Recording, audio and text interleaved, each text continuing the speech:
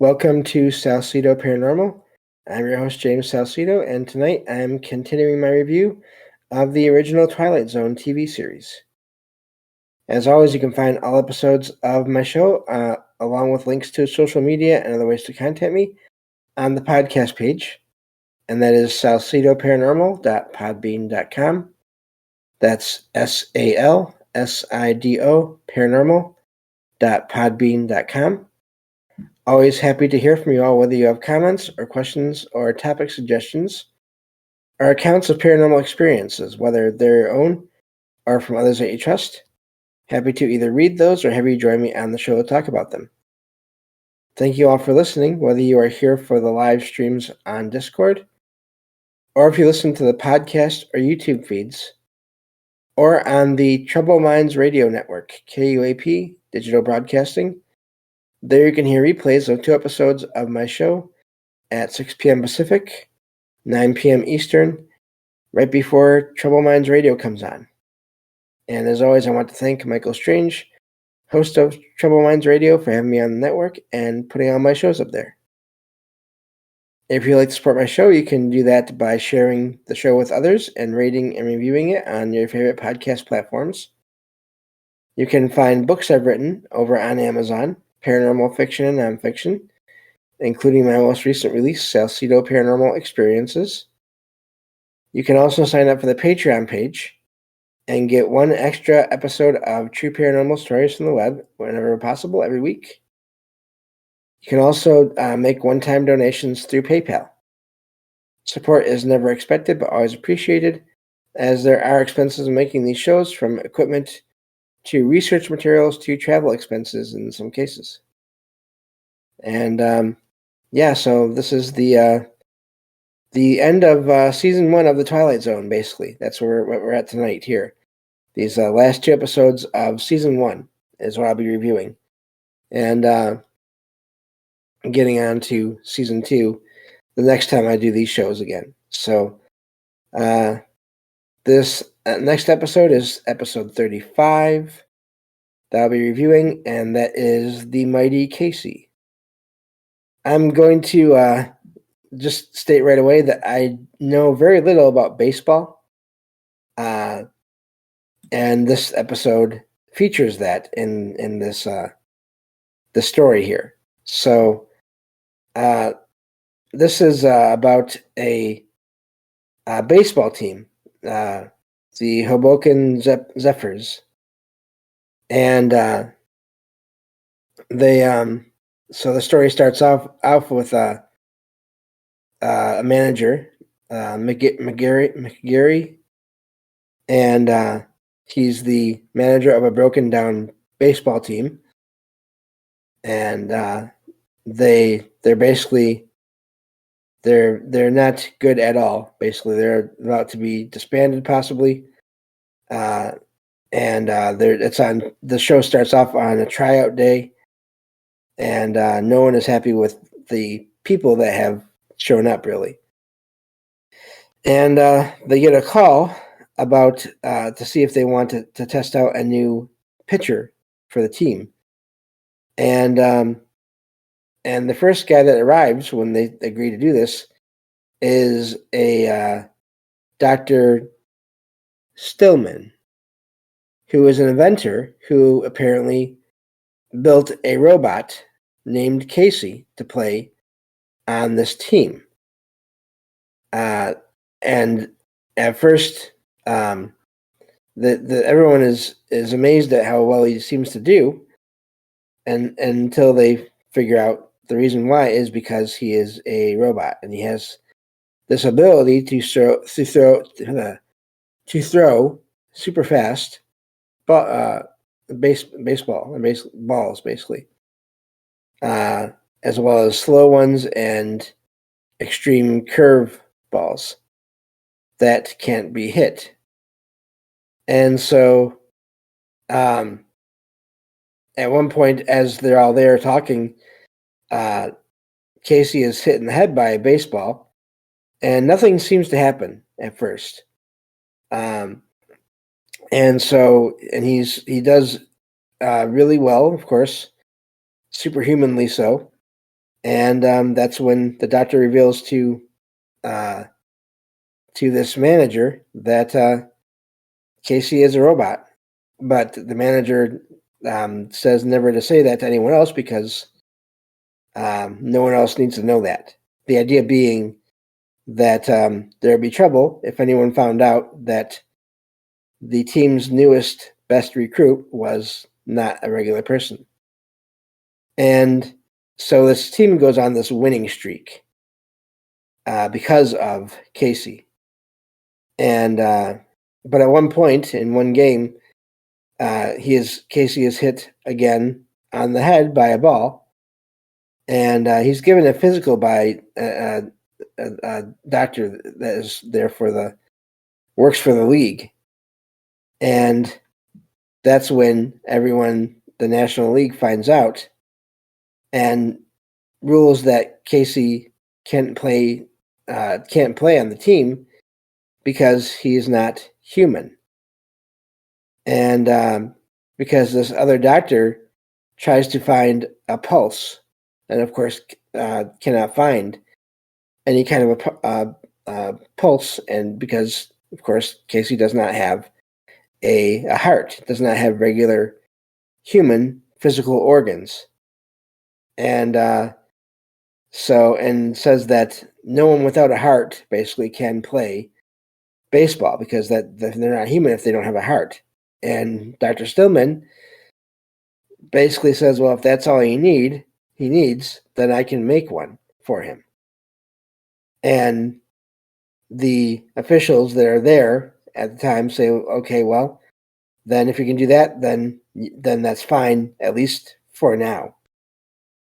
So at first, no one hears from Dr. Stillman for a while. And the manager and the team is worried that maybe it didn't go well and that maybe Casey broke down and or died, so to speak. And just as the manager is trying to give his team this inspiring speech about how they can still win and to remember Casey, of course, Dr. Stillman and Casey show up again. And Casey now has a mechanical heart. And so the game starts, and Casey is terrible. He, at least in the eyes of the team, of the manager, everything that he throws, every batter that faces him, ends up scoring, and so they end up losing terribly. And at the end, the manager talks to Casey and to the doctor, and asking what happened, why was Casey so bad in the manager's eyes anyway. Turns out the reason for this is this heart and this development. I don't know if, whether it's due to the heart itself or some kind of almost reminds me of AI, in which or at least typical sci-fi, where the mechanical being somehow, some way, develops emotions and feelings.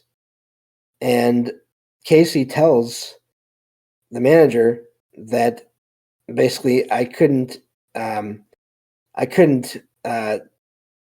the day. Basically, I couldn't disappoint all these people these people that were playing the game. I couldn't do that to them. I couldn't ruin their day. I couldn't make them lose. And so he couldn't play baseball anymore. And so, he decides Casey himself, this robot, says he wants to help people and go into that line of work of possibly social worker.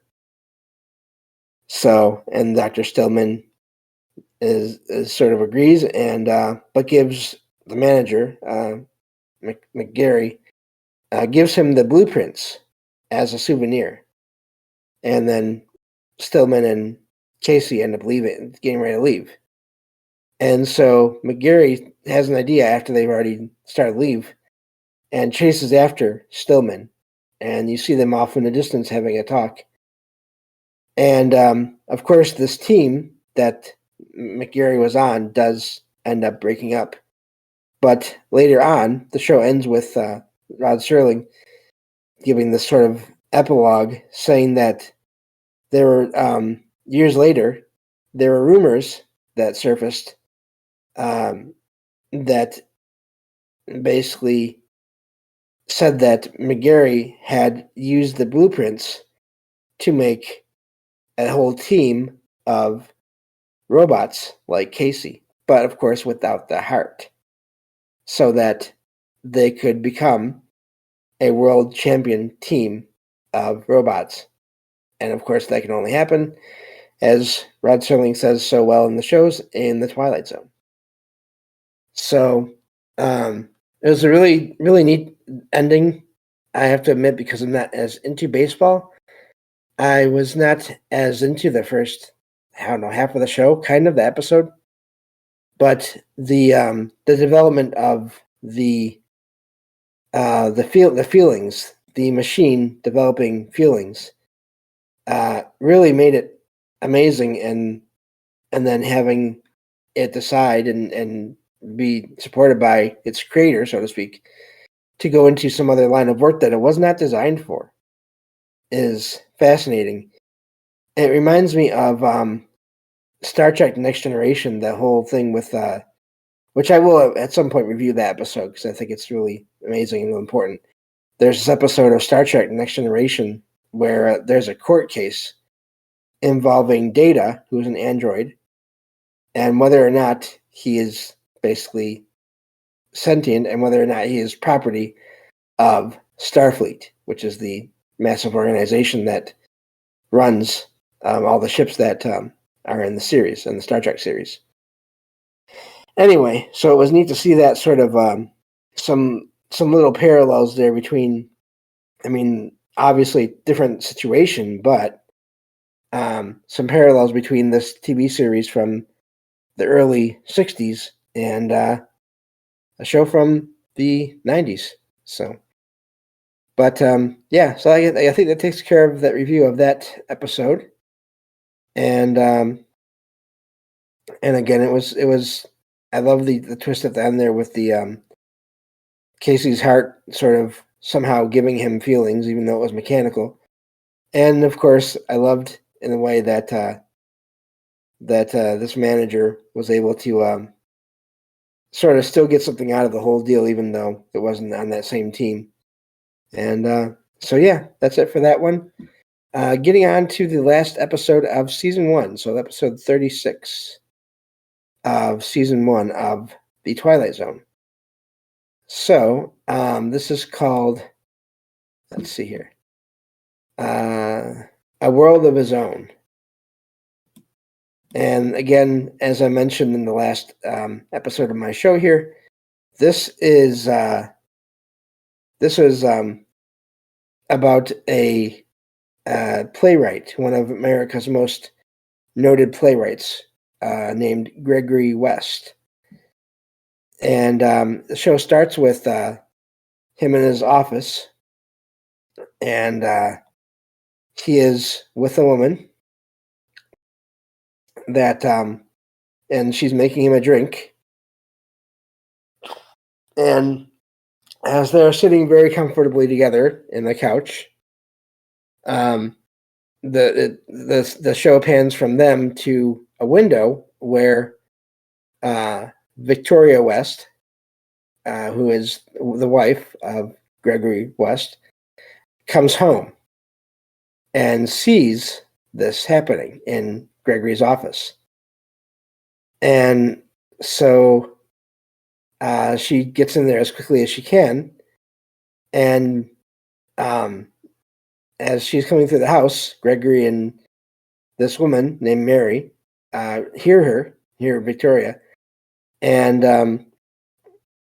the show cuts from them to Victoria heading in, and it shows her getting into the office, and Gregory is completely alone, and so Victoria is sure at this point that Gregory is having an affair with Mary.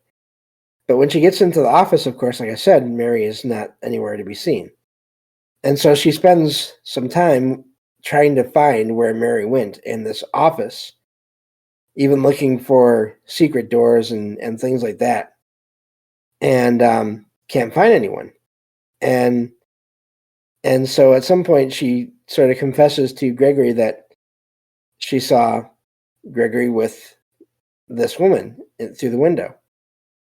And Gregory tries to explain, and does, and says that, and as he's talking about, or as he's telling Victoria, trying to tell her what's going on, of course she wants to get a divorce, and so he tries to explain, and eventually does get Victoria to calm down enough, and explains that he has found that he has this ability to make characters from his own mind manifest into reality,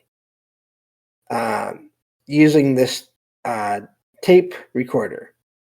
He describes them into this tape recorder, and then and then as he's describing them, if he does it well enough, he says they will manifest, they will come to life however he wants them to.